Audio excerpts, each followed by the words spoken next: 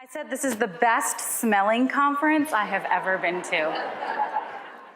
Thanks so much for having me and for such a warm welcome. Today I'm going to be talking about the importance of making time for you and about my book, The Fringe Hours. How many of you are familiar with the book? I'm going to try to see, maybe a little less than half. The book, The Fringe Hours, came out in February of this year, and I wrote it because I'm asked all the time, how do you do it all? How do you do it all? Like most of you in this room, I juggle a lot. I have a full-time job outside the home. I have a popular lifestyle blog called The Mom Creative. I am an author and a speaker. I have 3 kids. So life is a bit crazy. And so The Fringe Hours is really the answer to that. And it has been so fun encouraging and equipping women all over the country with this message. Chances are, if you are not familiar with The Fringe Hours, you might be familiar with this picture of me in a bathing suit. I had a post go viral 2 summers ago called "Moms, Put on That Suit." How many of you read that post? How many of you put on a bathing suit after you read that post? Awesome, awesome, awesome. People said to me, "You were really brave putting a picture of yourself in a bathing suit on the internet." And I replied, if I had known 10 million people were going to see it, I might not have been so brave. The post was picked up by Huffington Post, was the #1 shared post on Facebook the week that it came out, was picked up by the Today Show, and continues to be read every single day around the world. Both The Fringe Hours and the swimsuit post have one thing in common, and that's encouraging women to live full, beautiful lives. A week after that swimsuit photo was taken, we got pregnant. Coincidence? I don't know. We had been trying to get pregnant, but I was writing The Fringe Hours at the time, and let me tell you, don't try to get pregnant while you're writing a book. It's too much stress. So I turned the manuscript in, we went to Disney, and we got pregnant. So this photo was taken in November. There's my little boy, Elias, who's now 7, my little girl, Adeline, who's now 4, and my husband, Matthew. And we welcomed Ezra Mark Turner New Year's Eve.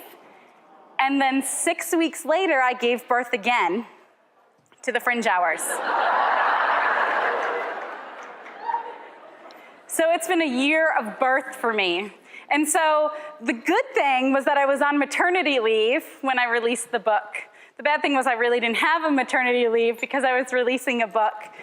But this year has been so beautiful for me because not only have I experienced the joy of another baby when I really thought I only wanted 2, and all that he has brought to our family. He's actually here today.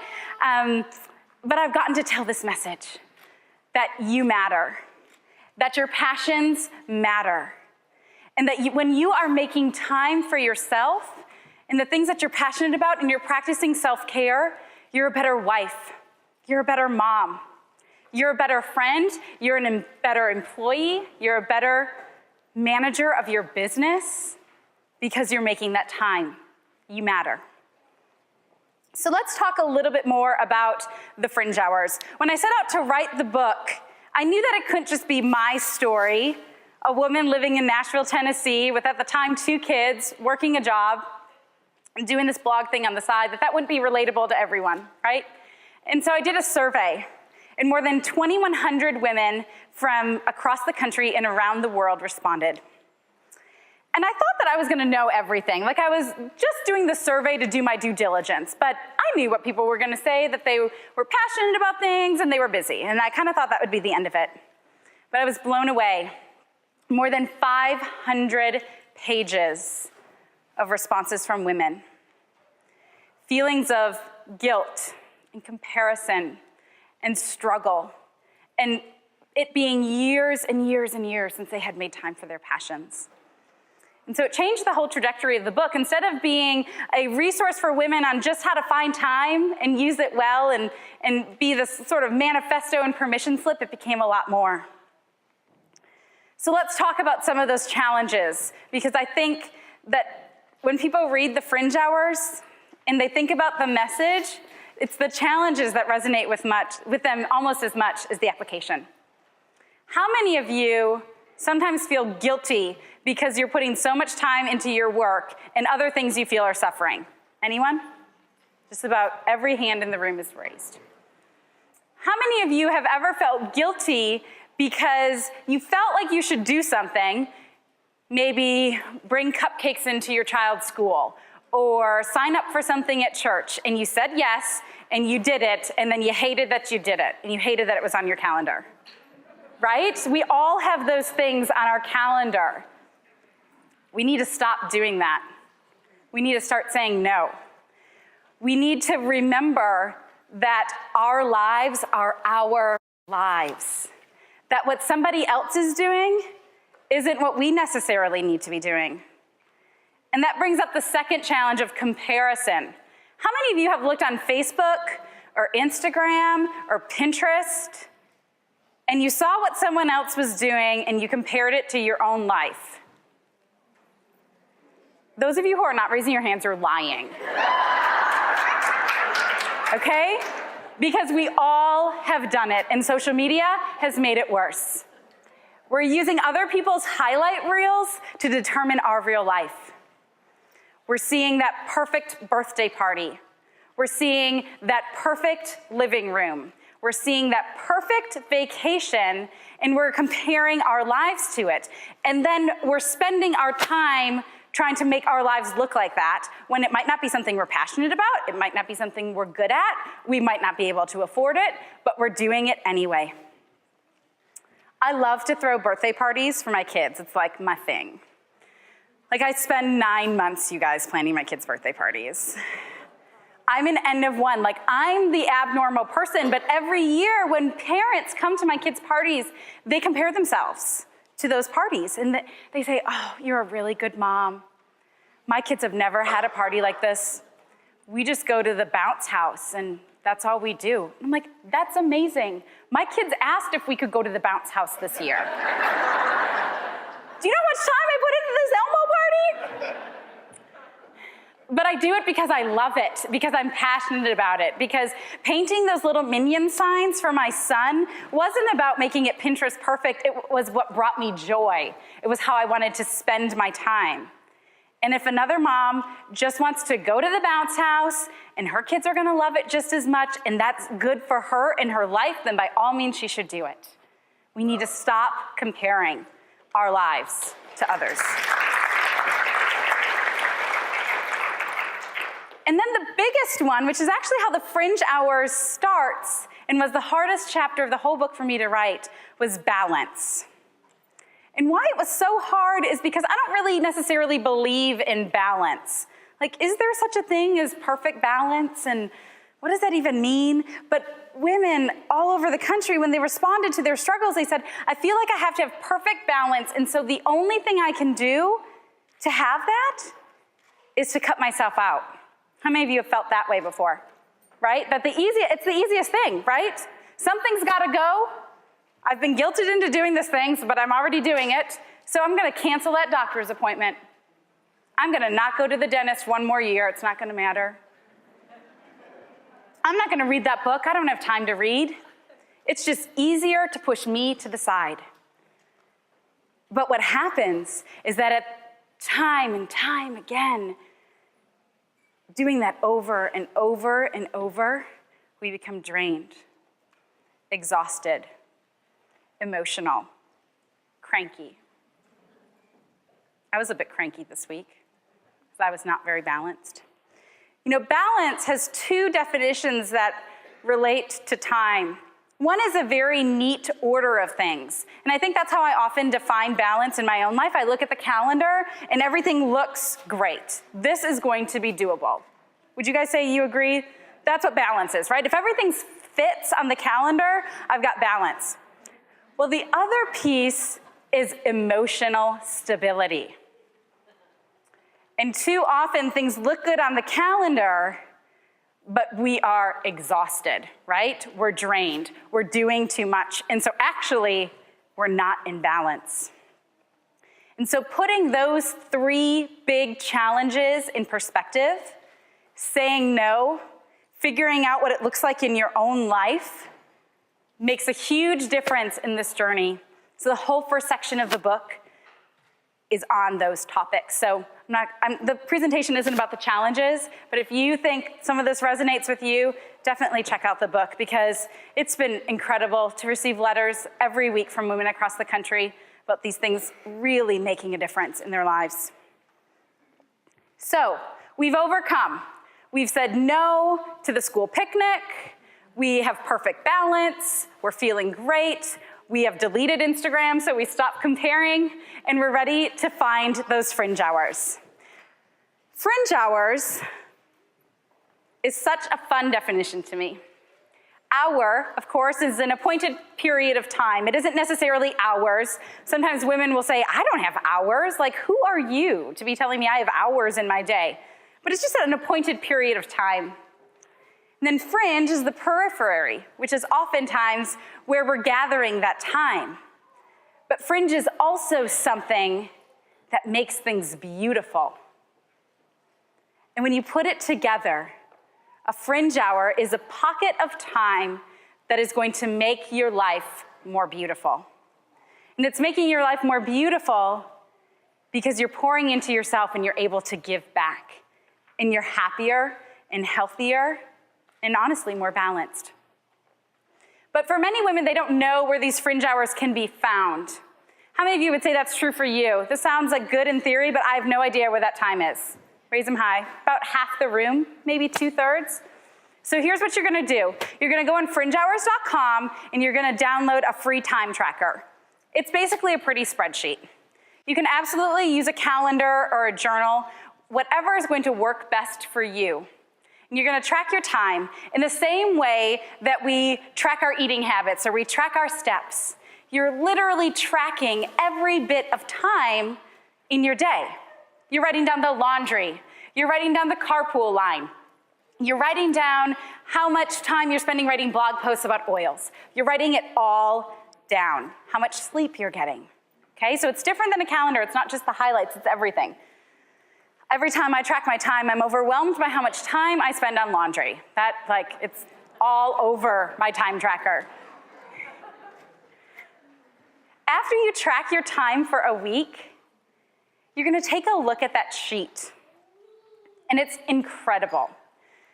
Because you see where your time is going, right? Just like we see where our finances are going in our bank accounts. Just like we see what we're really eating when we start tracking our food, right? You're gonna ask yourself some questions. What was a non-negotiable? I have to take my kids to school every day. That cannot come off the time tracker, right? I like to highlight those non-negotiables. Going to work, non-negotiable, right? Have to do that. Going to church might be a non-negotiable for you.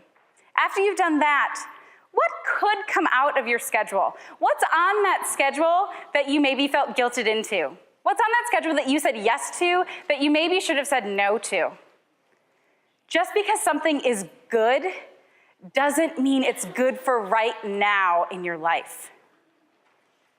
That's a really hard pill for me to swallow, because so often these opportunities come my way and I'm so excited about them. One more lunch with a friend, one more book club, one more thing. I want to do all these things. But what I remember is that balance includes my emotional stability. Also think about, how did you feel during the week? Was it a good week? Were you cranky that week? Did you have your period that week? That makes a difference, right? So think about that as well. Also, I want to encourage you to just do this and not wait for the perfect week. Oh, I can't track my time this week because we're going on vacation on Saturday, so Saturday won't look like what Saturday normally looks like. Oh, I can't track my time this week because John's been sick, and so life looks a little different. Just track your time. You're still going to get a really good sense of where your time is going, what you need to do differently. The last thing you're gonna do after you have looked over your time tracker is you're gonna say, you know what? After doing this exercise, I am making myself a priority. No more. No more pushing me to the side. No more saying no to that thing I've been wanting to do. I'm gonna say no to something on here maybe so that I can say yes to me. We need to start saying yes to ourselves, ladies. I want to tell you a little story about my daughter, Adeline. She's, like I said, she's now 4. This was taken when she was about 2 weeks old. And if you follow me on Instagram, you know that Adeline is our Spitfire. I mean, she is a hot mess, you guys. She needs all the oils all the time. But she brings us a lot of joy and a lot of sass. And she came out of the womb like that. She was breech, and I say that I had to have her turned. And I say that I had to have her turned because she was fighting me from the womb. And Adeline did not sleep. She didn't start sleeping through the night till she was 18 months old. She had chronic ear infections, and she didn't take a passy. I was her passy. And I was working full time, and so my nights were full of 2 and 3 hour stints of sleep. That last time she would wake up was usually around 4 or 4:30. So I would nurse her and put her back to bed, and then I had a choice. I could go back to bed myself, knowing full well that I was going to have to get up and go to work, or I could stay up and have a little bit of quiet before the rest of the house woke up. And I've always been a morning person, but Adeline really kind of took it to another level. But I found that when I was taking that time for myself, when I was pouring into me, before Elias woke up and Adeline woke up and my husband woke up, and I was taking time to read, and I was taking time to blog. I sometimes was even taking time to scrapbook. 5 a.m., great time to scrapbook, guys. I was happier because I had poured into myself as I started the day. Now, that's not to say I'm super mom and that there weren't days that I went back to bed, because I did. But most days, I really leveraged those fringe hours in the early part of the day. My friend Stacy Julian, who some of you know, one time said, how you spend your 5 to 9 determines how you spend your 9 to 5. Isn't that good? Mornings are a huge opportunity for most of us to find fringe hours without even really having to say no to anything else except maybe sleep. But we can get better at that. That first point in the day. Even get up 15 minutes earlier and see what life feels like that day when you take time for yourself first, when you read, or just sit quietly with a cup of coffee. When you pour into yourself before you start pouring into your business and your family and your other responsibilities. Morning is a huge opportunity for fringe hours. The next opportunity is lunchtime. So how many of you work outside the home and have a lunch break? Not saying you take it, but you have one, okay? Maybe about a fourth of the room. How many of you stay at home and you take a lunch break? 1, 2, 3 people. Guys, a lunch time is supposed to be a break. To not only refuel your body with food, but to refuel your mind. Study after study shows that when you leave the office or you take a break from what you're doing at home, that you are more productive, that you're happier. So think about how you can use your lunch hour to maybe do something that you love, or use your lunch hour to do something that needs to get done so that you can have a fringe hour later. So I work outside the home, and I am never at my desk ever for lunch. I always am doing something. Sometimes I'm having lunch with a friend. Because I work full-time outside the home, and a lot of my friends are stay-at-home moms or they are entrepreneurs at home, it can sometimes be challenging for us to get our schedules to mesh. And so we have found that lunch breaks are a great opportunity to kind of meet in the middle. And we get that sense of community and catching up, and we both leave fueled and happy. Other times I'll go and make a Target run. I say that it's fringe hours, but I mean, who doesn't love going to Target, right? I think that's good for me. And so I'll go to Target and I'll buy the toilet paper and the diapers and the things that we need so that I don't have to do that errand at night or on the weekend, and I can use that time better spent for myself. So look at how you're spending your lunches. Times of waiting is another huge opportunity for fringe hours. On average, we wait 45 to 60 minutes a day. What are we doing during that time? Any guesses? Phone, Facebook, Instagram, just scrolling. The number one thing that women said that they wanted to do if they had more time for themselves was read. Well, there's this awesome thing called a Kindle app, and it's on that same device that you're looking at Facebook. Why not try reading when you're standing in line at the grocery store, when you're standing in line at the airport, when you're waiting in the carpool line? I've had people say to me, oh, that's not how I like to read. I want to read for a long period of time. That's fine, and do that too. But let me tell you, it has revolutionized my life using my times of waiting to do things that I love, like reading. I'm reading more books than ever before, just by that one change of not looking at Facebook when I'm waiting. Obviously, evenings are a huge opportunity. If you're a parent, certainly there's the nighttime routine of homework and baths and dinner and all of that. But then eventually, the kids go to bed. Hallelujah, right? They go to bed. And you've got time. And many women responded in the survey and they said, well, at night, I feel like I need to do the laundry and the cleaning and I need to get ready for the next day. And I'm just so tired that then I just go to bed. I get that. But one night a week, maybe don't do that. There will always be laundry, amen? Right? Leaving those dishes one night, no one is going to know. Most of you, I don't think, are on any sort of reality television. Right? No one's gonna know. Just take that one night and say, you know what, I'm gonna go take a bath, and I'm gonna read that book.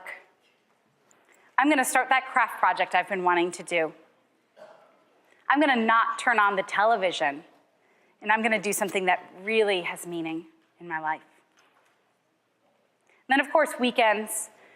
I look at weekends the same way as I do during the week, even though we have more free time. My husband and I are always intentional to be sure that we're making time for the other one to do what they want to do. We'll often have a conversation on Thursday or Friday. What's the weekend looking like? What are you wanting to do? Is there anything that you need? And block that time out the same way you block the soccer games and the gymnastics and the family parties. Make that time for a massage.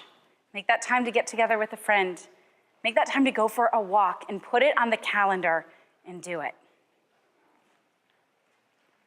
So now that we have found our time, what are we going to do with it? The Fringe Hours is twofold. One part of that is our passions, making time for the things that we love to do, the things that get us excited, the things that we're doing just for us, our own unique gifts and talents. What was interesting to me is so many women, when they responded to the survey, said, it has been so long since I made time for something that I loved, I don't even know what I would do. How many women would say that that's true? Be honest. About a third of the room. I spoke at a conference last weekend just on this topic. And I asked the women in the room to write down when was the last time that they had lost track of time doing something that they loved. And then I asked people to share when that was. And one woman raised her hand, and she looked tired, and she said, I think the last time I did that was before I was a mom. And I said, when was that? She said, 14 years ago. It had been that long. She couldn't even really remember when she had lost track of time doing something that she loved. And this is true for so many women. So if that's true for you, here's a couple things to think about. Look back at your childhood. What did you love to do as a kid? So often those passions we loved when we were little, there's still some iteration of that would bring us joy today. For me, I was a huge reader. There's a photo of me on Christmas Day at my aunt's house, and I'm sitting on her fireplace. I have my little Christmas dress on. I'm holding my Samantha American Girl doll in one arm, and I'm reading a book in the other. And there was all that activity going on of it being Christmas, all the family, and I stole away to get lost in a book. Look through your old photos. Do you have a photo of yourself doing that thing as a child? Pull it out. Put it up. Do that thing. Also, think about who inspires you. I have a friend, Brittany, who loves to sew, and she's incredible the way that she can mix patterns and colors. And whenever I sit with her and we sew, and guys, I can sew like a straight line and not that straight, but we get together and sew, and I'm so inspired. And I want to do more sewing. I want to learn what those other stitches are on my machine. I'm inspired by Brittany. That's an indication that that thing that she does might be something that I would like to do. Look at your Pinterest board. What are you pinning? Are you pinning lots of gardening activities? Are you pinning exercise activities? That's not something I ever pin. Are you pinning craft projects? Are you printing recipes? That might be an indication of what you're passionate about. If you're married, you might ask your spouse, do you think there's anything that I would really enjoy doing just for fun? My husband has said, I really think you'd like painting. You should try painting. So just have a conversation. Talk to your best girlfriend. What does she like to do? Look at some craft blogs. See what they're doing. What sparks your interest? The other side of fringe hours is health and wellness and making time to take care of our bodies. Certainly by being lemon droppers here, everybody cares about this, at least in some capacity, right? Amen. But chances are a lot of us could be better about it. Or we're talking the talk, but we're maybe not walking the walk when it comes to our own health. We're maybe not eating great. Or we're sitting at a computer 14 hours a day working and we're not ever getting up. I heard some murmurs there. I get it. Or we're canceling that doctor's appointment for that checkup or that dental cleaning. How many of you go to the dentist every 6 months? Good job. The rest of you have dirty mouths. Go to the dentist.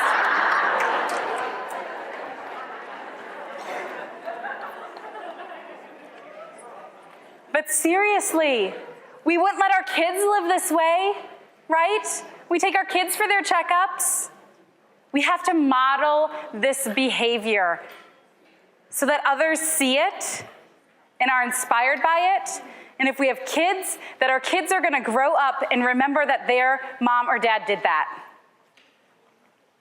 My mom loved to paint, and I loved seeing what she created.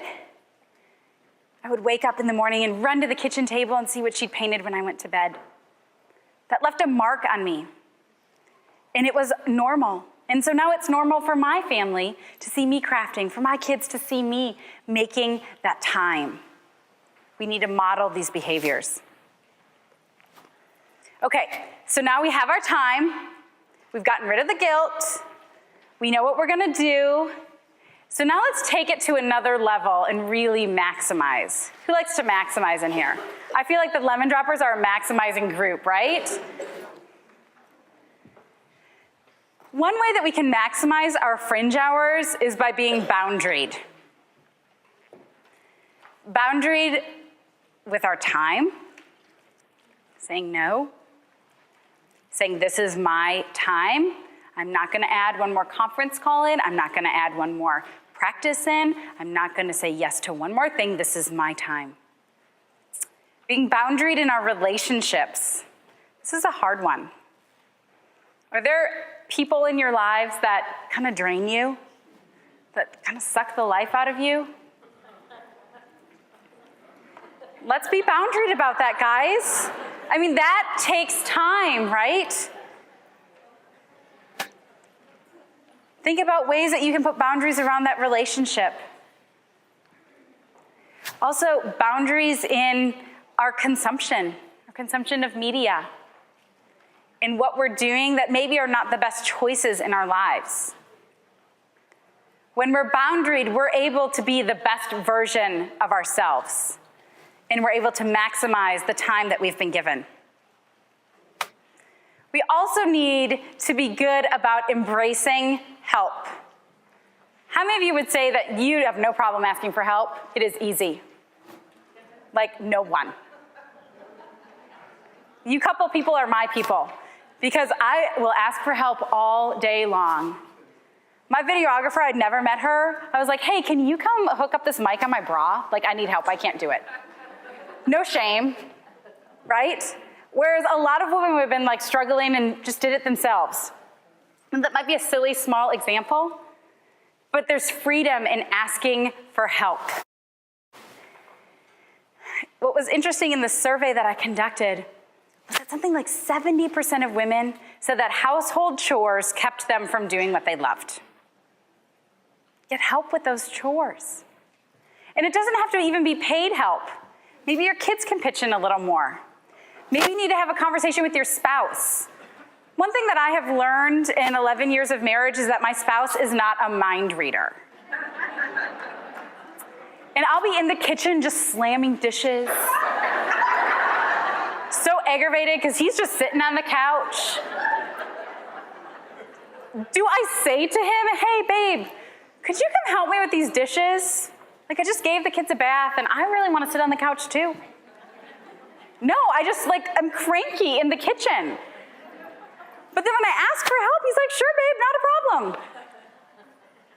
And so sometimes just asking will alleviate those feelings of resentment, contention in your house. You can get help with cooking. You can get help with yard work. You can get help with home projects. We moved into this house 3 years ago, and it is 80s fabulous. I mean, we're talking mallard duck wallpaper, tennis racket wallpaper, gold everything, okay? It's been a labor of love. And then I got pregnant and wrote a book, so that really helped us get the remodeling done. So I really wanted to get the dining room and the kitchen painted. And I bought the paint, and I was gonna do it. And that paint sat there for months. And then on Groupon, a deal came up to have someone come in and paint 2 rooms of your house for $99. Yes, please. I bought that Groupon, that person came in, and I came home from work, and it was like choirs of angels were singing. I just needed to swallow my pride and ask for some help. What are areas that you could get some help in? What are areas where you could delegate? There are things that you do not need to do. Do the things that only you can do, and the other things, wherever you can, find help. Another key to maximizing the fringe hours is to be prepared for when they happen unexpectedly. This is a big one. How many of you have had a doctor's appointment and you thought you were gonna get right in, and then you sat there for an hour, right? I'm like, oh, I'm the first appointment of the day. I don't need to take anything to do. And then I sit and I wait and I wait and I wait. And I read a magazine that's 6 months old about celebrities that I don't even care about. When I could have done something that I loved, right? I could have read that book. I could have done some needlework if I'd only been prepared. One of my favorite things to do is card write. And I know that Lindsay's a big card writer as well, and several of you in here. And I have cards everywhere. It's sort of like an episode of Hoarders at my house for cards. They're in every room, they're in every purse, they're in every bag. Because often I will find just 2 or 3 minutes where I'm waiting that I can write a card. And that brings me joy, and I'm able to bless someone else with that card as well. But you have to be prepared. Put that book in your bag. Put that project that you've been waiting to do in your car. And you'll be surprised when all of a sudden you have a bit of time to do it because you were prepared. Another big one is technology, guys. There's an app called Moment. Do any of you have it? Have any of you done it? Moment. I'm super scared because it tracks how much time I spend on my phone. I really need to do it just as a case study for this, but I don't want to know. I think it would be embarrassing, honestly. We've got to eliminate the technology waste in our lives.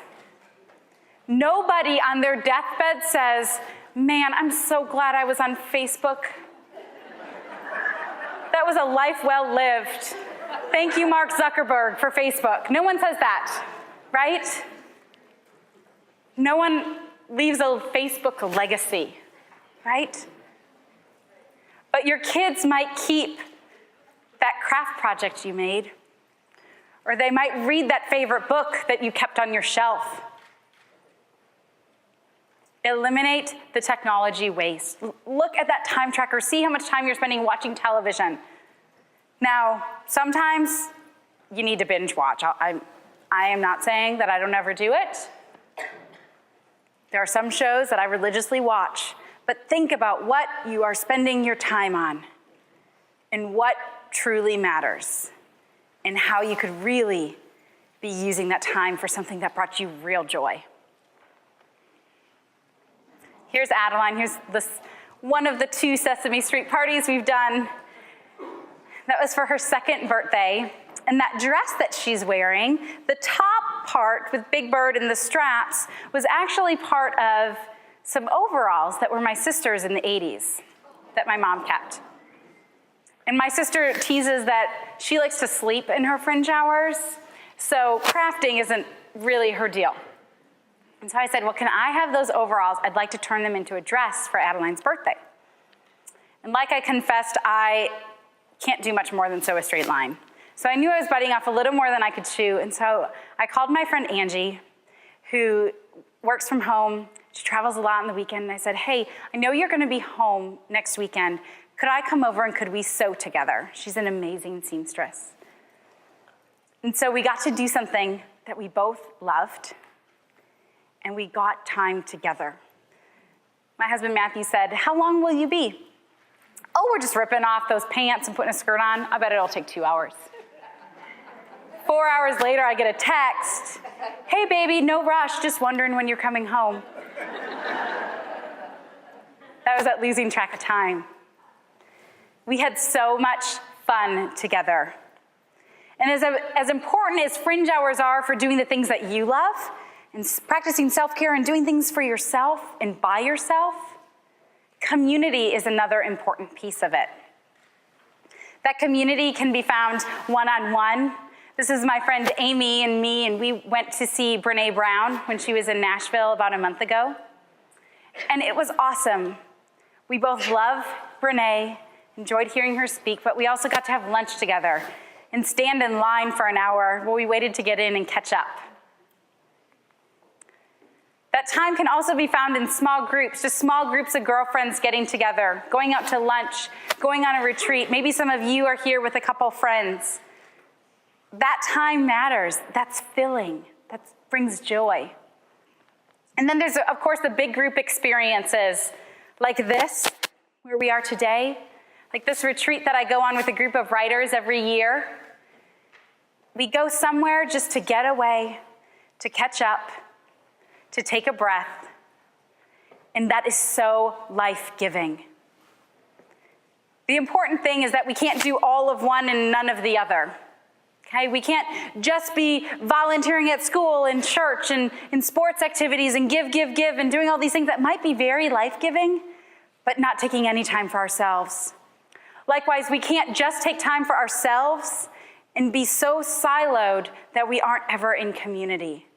Both are an important part of making time for you. So here's a bit about my fringe hours. These are all little Instagrams from the past year and a half or 2 years or so. The top row, you can see my Project Life scrapbook. Do any of you do Project Life? It's like my favorite, kind of pocket scrapbooking. There's a gallery wall that I did one Saturday instead of doing laundry.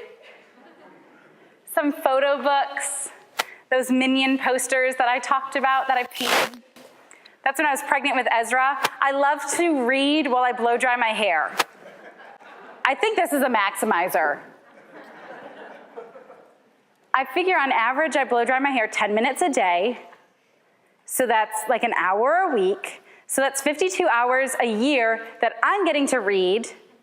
Well, you all are just blow drying your hair. I love to bake and sew, just go for walks and take in nature. in that bottom row, that big stack of paper, that's the fringe hours. I literally wrote the fringe hours in my fringe hours. A little birthday book that I've done, and then postcards that I had in my purse that on the way to church, I was writing postcards to friends. What I want to leave you with today is that you are a lot of things. That top picture is that picture I told you about, me as a little girl reading. I'm a bookworm. I always have been. I'm a mom and a wife. I'm an author. I'm a marketing strategist. I'm a scrapbooker. I'm a sister. I'm a daughter. All of these things make up me. What would you have in those pictures? What are all the things that make up you? Don't leave yourself out of the equation. Don't leave that scrapbooking picture out. Don't leave that writing project out. Whatever those things are, you matter. Your passions matter. And when you're taking care of yourselves, you are going to be the most beautiful versions of who you were created to be. I'd love to take a few minutes now and answer some questions. What's resonated with you? What's really stuck out? What are you kind of wrestling with? Let's kind of dive deep into the fringe hours. Thank you so much.